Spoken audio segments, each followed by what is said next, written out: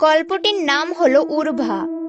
বাড়ি থেকে ফোন এসেছে আম্মুর, ছোট বোন হুমায়রা নাকি খুব অসুস্থ, কিছু টাকা থাকলে দিতে পারবো কিনা, হুমায়রাকে ডাক্তারের কাছে নিয়ে যাবে।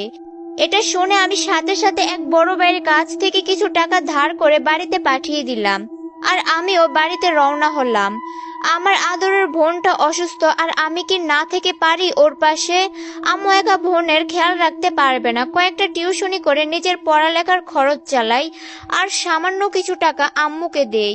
মোটামুটি ভালোই চলে যায় দিনগুলো। আমি রিজবি, পড়ালেখার খাতিরে ঢাকায় থাকি। আমার গ্রামের বাড়ি সিলেটের হবিগঞ্জে। বাবা যখন মারা যায় তখন আমার বয়স 8 বছর। ছোট বোনটা তখন অনেক ছোট, মা ছিল স্কুল শিক্ষিকা। অনেক কষ্ট করে আমাদের ভাই বোনকে বড় করে তুলেছেন। আমি এবার পিলুসপিতে মাস্টার্স করছি, আর আমার বোন হুমায়রা ইন্টার ফার্স্ট ইয়ারে।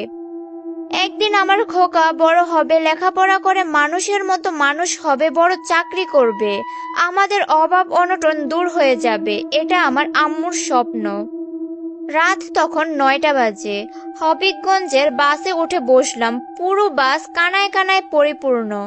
একদম পিছনে গিয়ে একটা সিট পেলাম, পাশে আরেকটা সিট খালি, হয়তো আর কেউ আসবে না, তাই পা ছড়িয়ে চিত হয়ে বসে পড়লাম 2 সিট দখল করে। বাস চলতে শুরু করলো। আমার অভ্যাস, আমি বাসে জার্নি করলে ঘুম আমার আসবেই, তাই কখন যে চোখ লেগে গিয়েছে বলতে পারি না।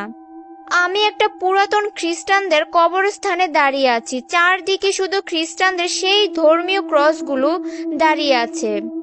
আমি দিশেহারা হয়ে দৌড়াতে লাগলাম। আমি কোথায় চলে আসলাম? এমন জায়গা আমি কখনো দেখিনি। হঠাৎ একটা পাথরের সাথে হোঁচট খেয়ে মুখ থুবড়ে পড়ে গেলাম। আবার উঠে দাঁড়ালাম, ঠিক তখনই একটা কালো হাত আমার পা চেপে ধরলো। আমি টানা হিচড়ে করতে লাগলাম তার থেকে নিজেকে ছাড়ানোর। অন্য পা দিয়ে কয়েকটা লাথিও দিলাম ওই হাতে, কিন্তু কিছুতেই সে পা ছাড়ছে না। ধীরে ধীরে পায়ে খুব ব্যথা হতে লাগলো। আমি কুঁকড়ে উঠলাম ব্যথায় এবং ধড়পড় করে উঠে গেলাম। এটা তাহলে স্বপ্ন ছিল? যাক, দেহে যেন প্রাণ ফিরে পেলাম। হঠাৎ পাশের খালি সিটে চোখ পড়তেই দেখলাম একটা সুন্দরী মেয়ে বসে আছে চোখ বন্ধ করে। ভাবলাম স্বর্গে চলে এলাম নাকি মরার পর।